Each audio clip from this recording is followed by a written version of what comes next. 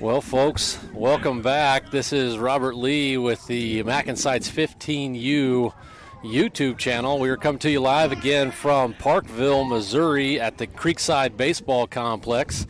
And we've got a good matchup coming up.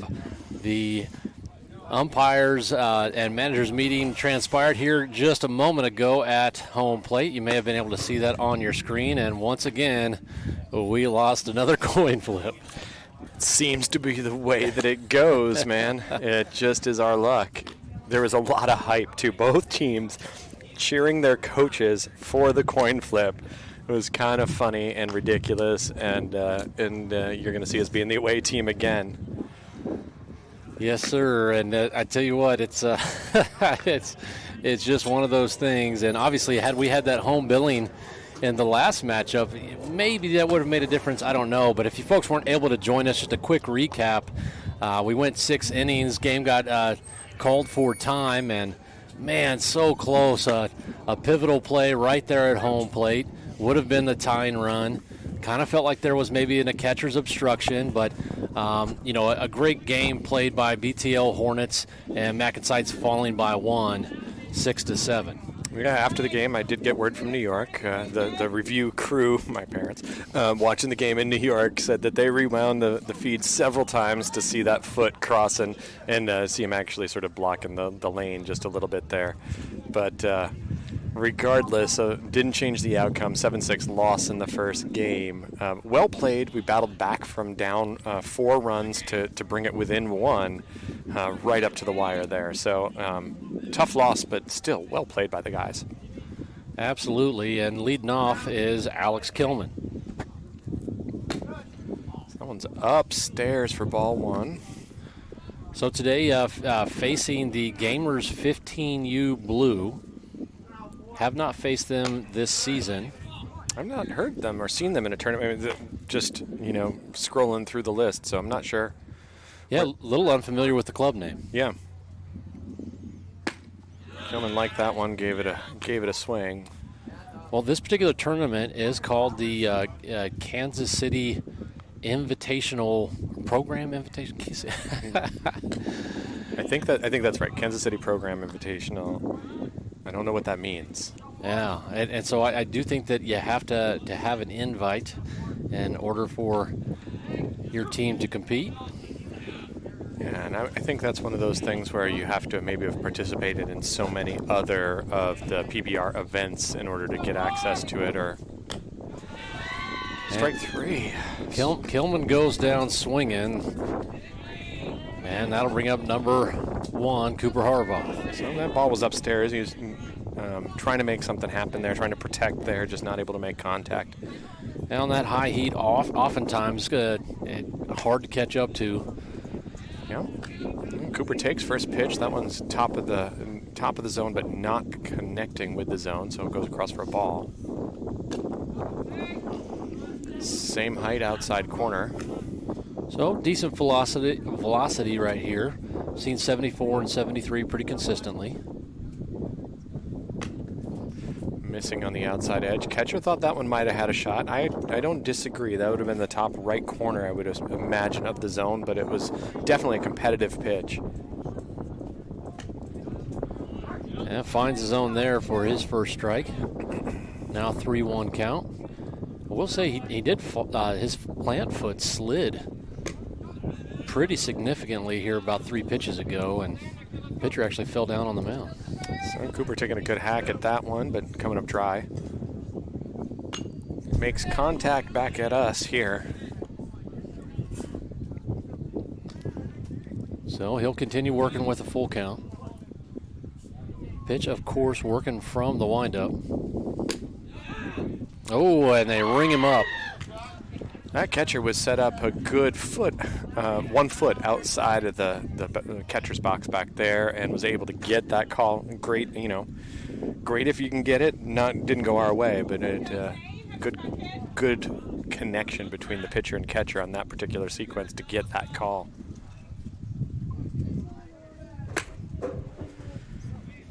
So both teams attacking the top part of the zone against our guys early on in the at-bats, and I don't know if that's by design or if it's just unable to get that movement they're looking for.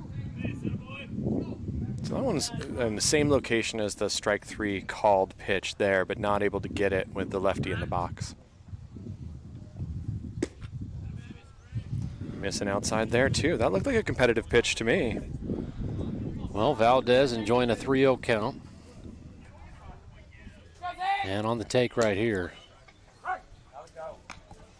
So that routine baseball 3-0 strike call there.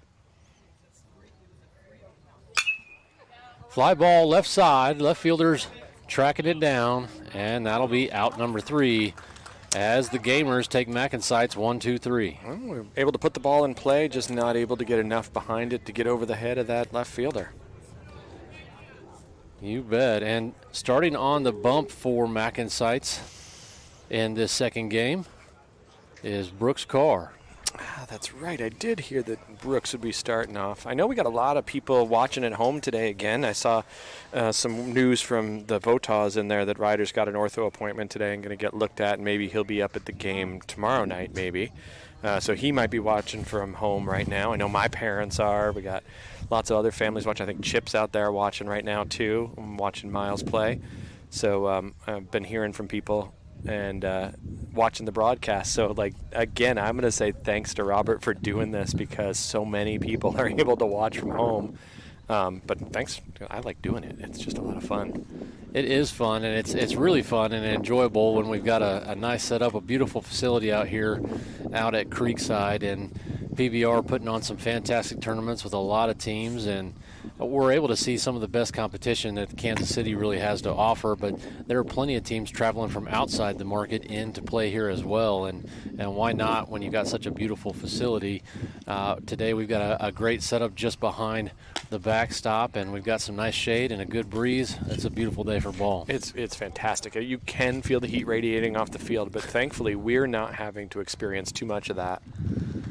Not like these guys, but well, so Brooks Carr up there on the bump for us. Reed Satterwhite behind the dish here in game 2. Cooper Harvoth out there at third. Alex Kilman at short. Sebastian Wingrove at second. Zane Valdez starting this game out at first base. Tucker Lee moved over to right field. Harrison Perkins in center. And Parker Simons out there in left field again. No, that's Boston Townsend. Oh, that is my mistake. Thank you for the correction. Yeah, I can tell by the body language. Yeah, 100%. Characteristic arm sleeve and easy to spot there with those beautiful flowing locks. He's got that lettuce flowing out there. Well, it looks like we are going to be batting 9 this game. So oftentimes we've been seeing 10 and 11, and so Coach electing to make a couple of small changes here. And we'll get into that lineup again here in the top of the second. It looks pretty similar from what I saw to the last game, but obviously there's going to be some changes there. So Satterwhite and Carr conferring there just in front of the mound, trying to make sure they're getting on the same page. And Brooks coming off of a little bit of an extra rest, was feeling a little bit of arm issues. Nothing major, but just needing a little bit of time to be able to get that arm back up to strength and stuff. And so he's out there getting ready to get his first start in a little bit here. Absolutely, and hearing his dad talk, he was doing some physical therapy and just really kind of strengthening up, some of those muscles. And when you look at all the ligaments and tendons, muscles that go into the pitching mechanics, taking a little time off and trying to strengthen those up makes all the sense in the world. This ball put in play right over to second base. Wingrove handles it easily for out number 1. Reed getting down the line to back up the throw to first there. I love when you see the catcher being aggressive in his defense and in his backup there early on in the game. Just great textbook baseball, right? Yep. And that's at 15U competing in these types of tournaments and at this level, that's exactly what you want to see. Is you want to see guys transitioning and moving, and it doesn't matter where the ball goes in play, everybody has a role. It's so right. Baseball, man, they say one of the biggest secrets is that understanding that the outfield backs up the infield, that the catcher backs up the first baseman, that the pitcher backs up. It's who do you cover? Who do you back up? And that makes such a difference in winning games, is limiting those errors and those failures. Well, certainly a big contrast in style of our starting pitcher for the first game, Zane Valdez. Well hit ball left side. This one is deep. It is over the head of Boston Townsend as he runs back to the fence to track that one down. Runner will be up at second for a stand-up double. Yeah, he took his first step back. He was running back towards the fence and then realized he had not been moving fast enough. It gets up in that vortex there, and you're not quite sure what it's going to do. It stayed up for quite a while there. He got every bit of that hit, that pitch, rather. He sure did. He really waited on it and turned on it. And I tell you, the contrast in styles, what you see with Brooks is you see a lot of weak ground balls. You see a lot of pop-ups. He doesn't have the big towering velocity that, so many people are looking for when they see a pitcher, but consistently hitting the zone, not getting a lot of walks, and then letting his defense play behind him. Yeah. And now with that runner on second, catcher and pitcher having to confer here just briefly, try to make sure that they're not out there stealing signs. Yeah, I can't remember the last time we saw somebody get a hold of a good hit from Brooks when Brooks has been pitching. And you said he really is a master of getting that weak contact. This one popped up and fouled out. Yep. So I can see the shortstop and I can see the left fielder both tracking and wanting to move to their right on that swing. They read that swing and they saw that it looked like he might have had a chance to pull that ball pretty hard. This one line drive straight to center field, and Harrison Perkins picks that up for out number 2. I guess I shouldn't say picks it up, right? That sounds wrong. But he collects it for out number 2. Yep. In the air. So intel on this guy says, get back, boys. I can see Sawyer giving the sign that this guy is a tendency to hit over your head here. Don't let it happen to you. So I don't know if this is intel or just reading body, reading hand, reading his dry swings in the warm-up.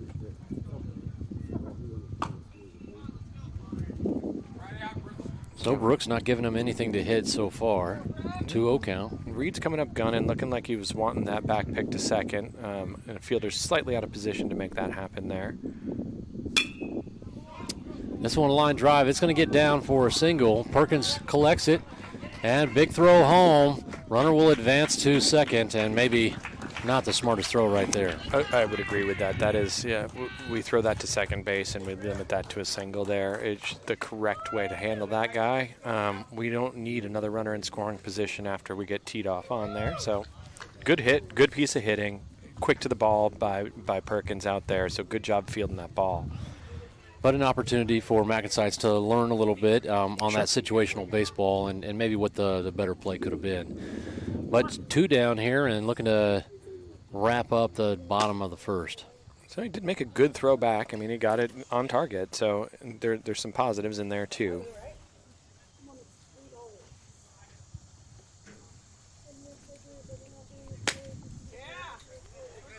Swing and a miss.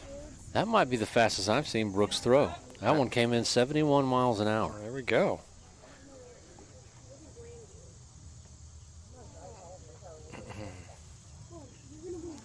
Well, and that off speed coming out of the hand, just a little goofy for a wild pitch. Runner will advance over to third. Yeah, we've got 2 outs here. Now a runner on the corner.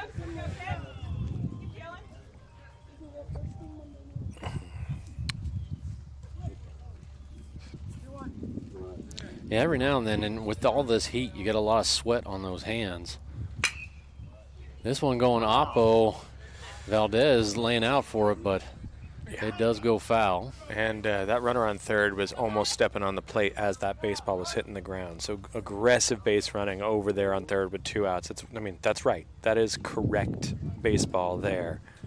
But great effort by Zane over there to try to make a play.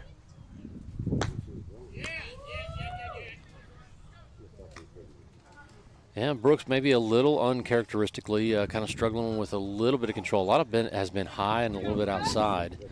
Just a little. little bit of an early, like the ball's coming out of his hand a little early, it looks like. There we go, over the top there. Right field. This one is deep. And Tucker was trying to catch that one over the head, but he's going to third there. We've got a shot. And he is safe. So an RBI triple, and the Gamers quickly go up 2-0. So I guess he did not hang on to the ball there in that case, right? I think he got the ball. I was blocked a little bit, but I saw him walk back over and pick something up. So I'm guessing that he was unable to hang on to that ball to keep it as close as it could have been there. Yeah, I think Lee may have misread that just a little bit in the right field. He was headed back, but I don't think maybe as hard as he could have gone. And that ball just continued to sail. Again, I think he took a first step back. You know, he was running back on it, but I think there's something. It happened both now to Tuck. It happened to Boston out there. So there's something about the way that ball's hanging up there. And I got to imagine, like, the science geek in me is that there's a ton of heat rising off of these fields that are making a little convection cell there. And so if you're at above that, you're going to get that loft. If you're below that, you're going to get something that's a little bit weirder. Yeah. Well, a brief mound visit there for Coach Jake Sawyer. He asked for the baseball, but gives it back to Brooks. I wonder if he was seeing something he didn't quite like there. I don't know if it was confidence or if it's delivery, you know, but as a pitcher himself, that runner on third base crawling back to third there. He, trying to get back, stumbled, slipped, and literally crawled on his hands and knees to get back on the bag. Swing and a miss. Top part of the zone there. I tell you what, this turf can get slick. Especially when it gets warm. Yeah.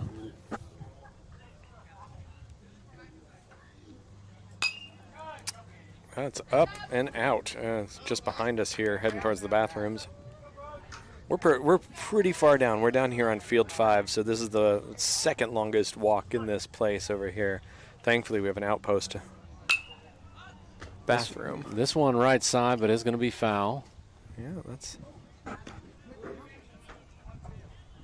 Yeah, we were definitely a ways back here. You could pack a lunch and eat it halfway back here. Yeah, I know. A bunch of people went to get lunch for the players, and by the time you walk there and walk back, in 20 minutes, you almost didn't have enough time for the boys to eat food. I think Boston's half a barbecue sandwich is sitting on the table in front of me.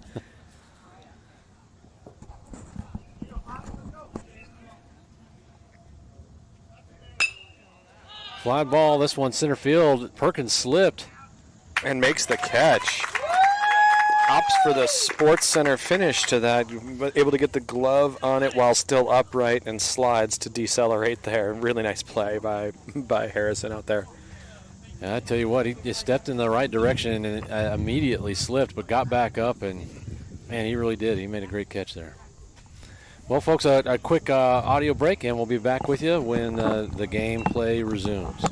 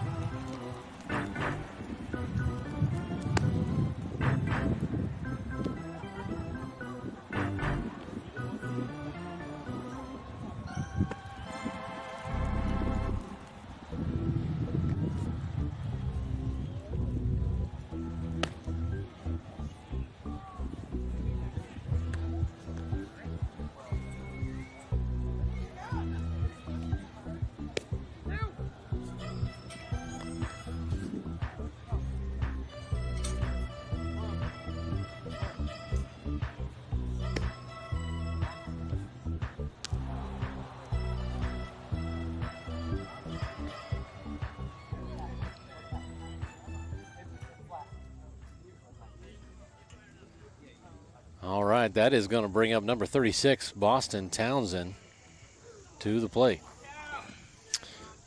Thank you for opening my mic up here. I'm back up doing the video, so I appreciate the remote control you just gave me.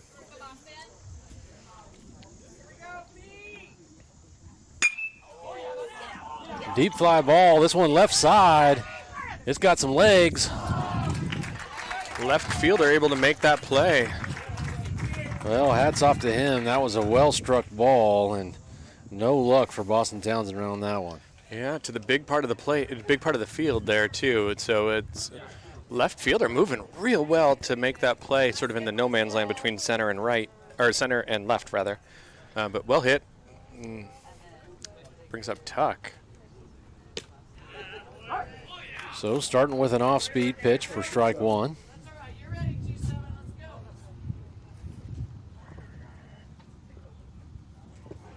And he fooled Tuck on that one. Yep. Got him with a back-to-back curveball. Hey, he was attacking out there. You're gonna look foolish time to time. Just missing there. That's almost the same spot as that first called strike. Yep. But he gets another pitch. And he catches him with the high heat. Looked like he humped that one up a little bit. I didn't see what the velo was, but it looked like he tried to hump that up there. Well, definitely a good pitching sequence right there. That'll bring up number 21, Reed Satterwhite.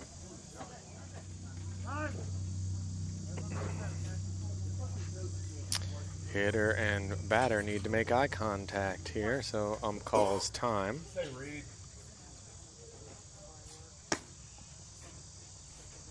So maybe it was still in that 73-mile-an-hour category. That one looked pretty similar to the last one. He just had the curveball, just didn't have. Nice struck ball right there, but the first baseman collects it for out number 3, and that is back-to-back innings for the Gamers, a 1-2-3 on MacNSeitz. Yeah. So not the look that we are hoping for, but still a close game here, 2-0, favor of the Gamers 15U Blue. I think I'm going to take a short break right here and try to adjust that backstop camera. It's a little bit of a mess right now. Okay.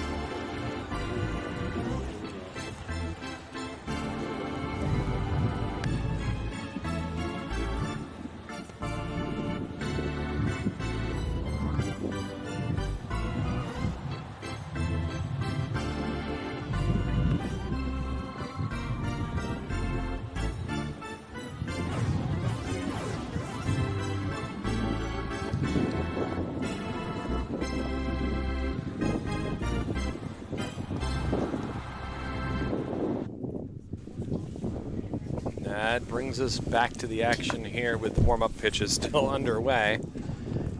Just seemed like such a good spot to stop. The music was ending. It was like almost like we did this before. Well, it'll be interesting to see if Brooks Carr is able to kind of settle in. I have to give the Gamers, a little bit of a nod here, because oftentimes starting out, from what we've seen against Brooks, his velocity a lot slower, but great movement on the ball. And we saw a couple of pretty deep balls hit, and they came up with a couple of runs in that first inning, but still a lot of baseball here yet to go.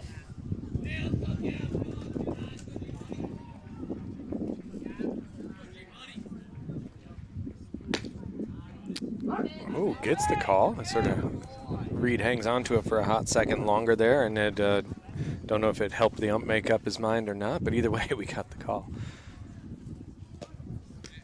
1-1.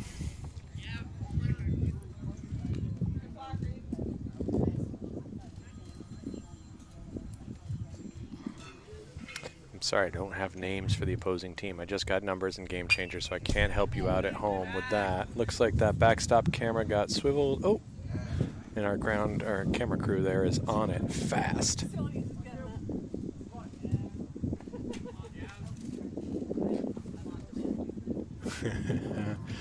The stage direction.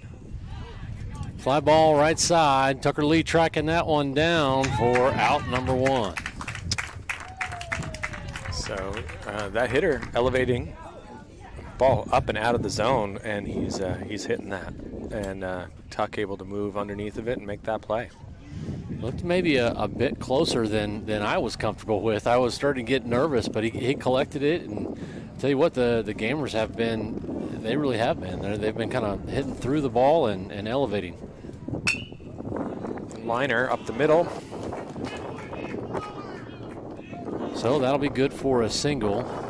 So honestly, that hit right there is probably one of the hardest things to do with Brooks's pitching style. That line drive up the middle, like the fly ball you kind of expect, a ground ball maybe you expect, but that getting on time and driving that one straight up the middle like that's some good hitting.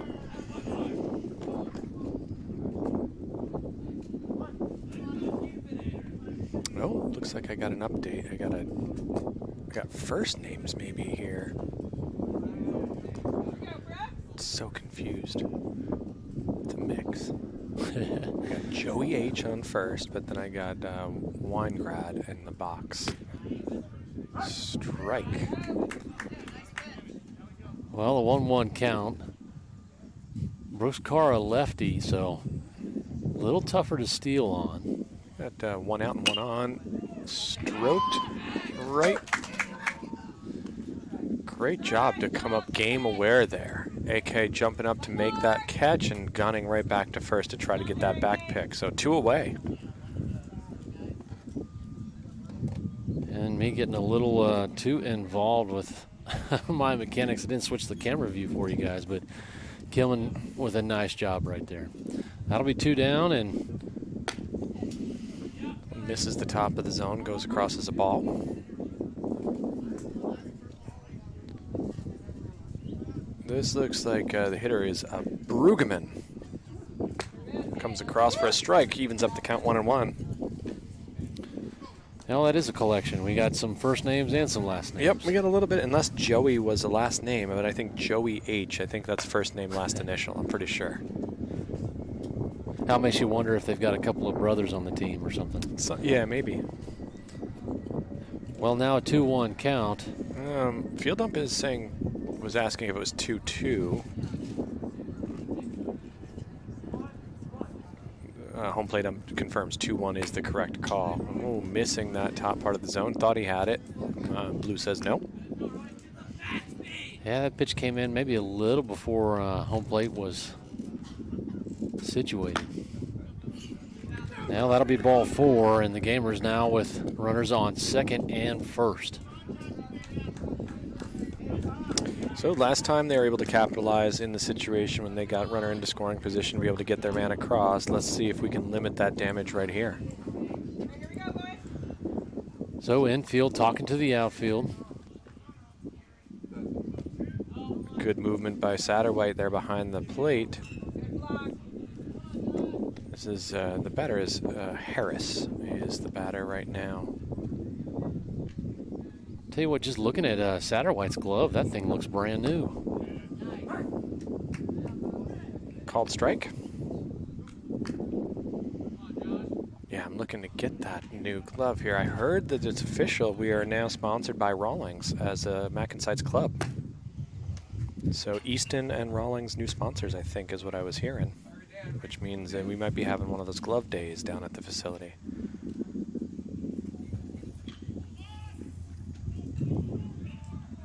Swing and a miss. I think that's true. That's what the banners look like they said anyway at the facility the other day when I was there. Yeah, well, I know I got a couple of emails and about jumping onto a new application or something like that, and haven't had a chance to take a look just yet. That one kind of getting away from Carr, just coming out of the hand a little funny. Got to figure maybe a little, that rosin bag that Miles Vaughn was using in the last game might come in handy. I would imagine the sweat out there is a constant battle. Runners go. Foul tip, but Satterwhite hangs on to it, and that'll do it for us here in bottom of the second. So Carr able to get himself out of the jam there. Well, that'll be the first strikeout on the day for Carr. And MacNSeitz will be looking to chip away at this lead here in top of the third when we're back with you.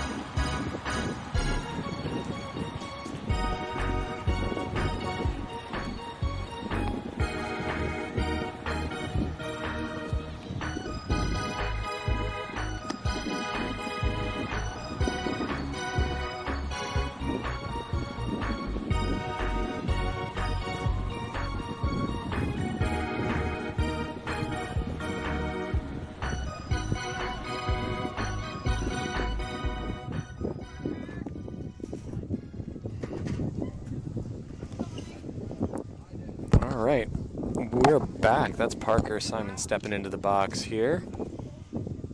Fresh start to the beginning of this inning here, and it's a strike for the first pitch. Well, Simon's swinging here early. That's kind of been his MO. Good receiving there by the catcher, making that a really nice looking pitch. Does not get called for a strike.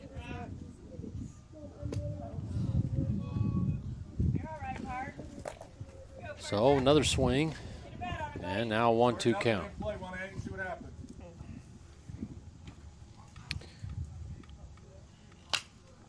Barrel to that one, but fouls it away. Keep battling, do a job, kid. I tell you what, this lefty for the Gamers having some nice control, some pretty good looking pitches. Yeah, that one had some spin on it, but not able to come back and catch the plate. He had its really good movement out of hand, though. Here we go, 1-8. You got it, bud. You could see how a hitter could give up.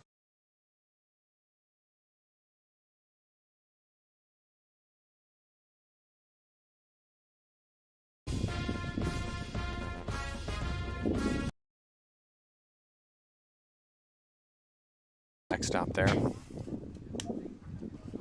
Well, no, I'm sorry. Strike or not. So he waited a second.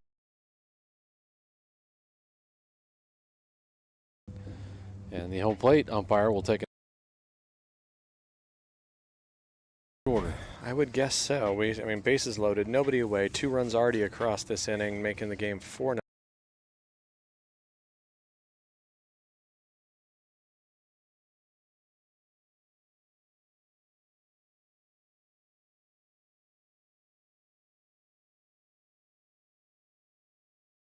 Runs to come across.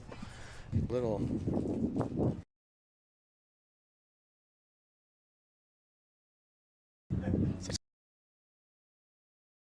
Normally do. You're going to get yourself into a situation where we're going to need you 1 or 2.